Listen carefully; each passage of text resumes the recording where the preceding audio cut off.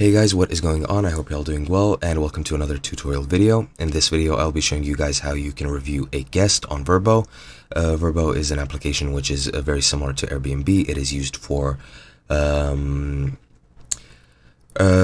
renting properties and finding places and accommodation to travel to. And yeah, one good thing about this application is you can review your guests.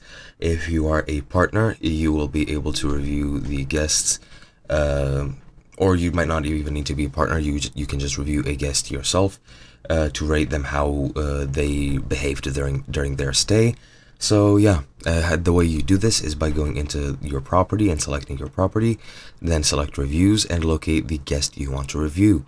Once you're here, you need to rate the traveler in the click the rate a traveler button in the action tab, and then click it again. Once you're here, you need to make a star rating for each category, which includes overall experience, cleanliness, house rules, and communication, among others. Once you are done, you just click on the save button, and your review will be saved, and everybody will be able to view it. And yeah, that's about it. I hope you guys enjoyed, and I'll be seeing you guys next time.